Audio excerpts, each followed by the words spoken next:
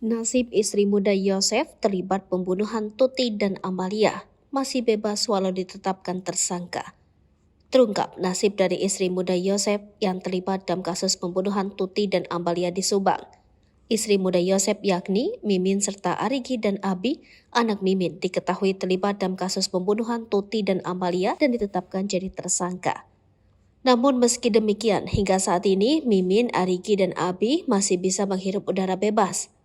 Direktur Reserse Kriminal Umum Polda Jabar, Kombes Pol Surawan menjelaskan alasan tidak menahan istri muda Yosef dan kedua anak tirinya.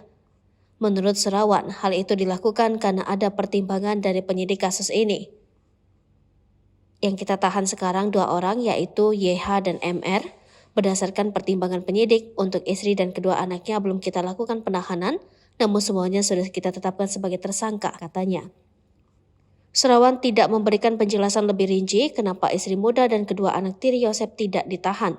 Ia hanya memastikan sel tahanan Danu dan Yosef dipisahkan. MR ditempatkan di tempat khusus jadi tidak bersatu dengan tahanan lain, ungkapnya. Sementara itu diketahui jika foto Yosef dan Danu mengenakan baju tahanan beredar.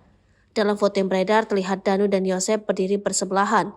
Danu dan Yosef mengenakan baju tahanan berwarna biru terang. Dengan tangan yang terikat di belakang punggung, Danu terlihat memelas. Sementara itu, Yosef justru menampakkan wajah santai dan sedikit tersenyum. Di belakang Yosef dan Danu tampak jajaran kepolisian Polda Jabar sedang bersiaga.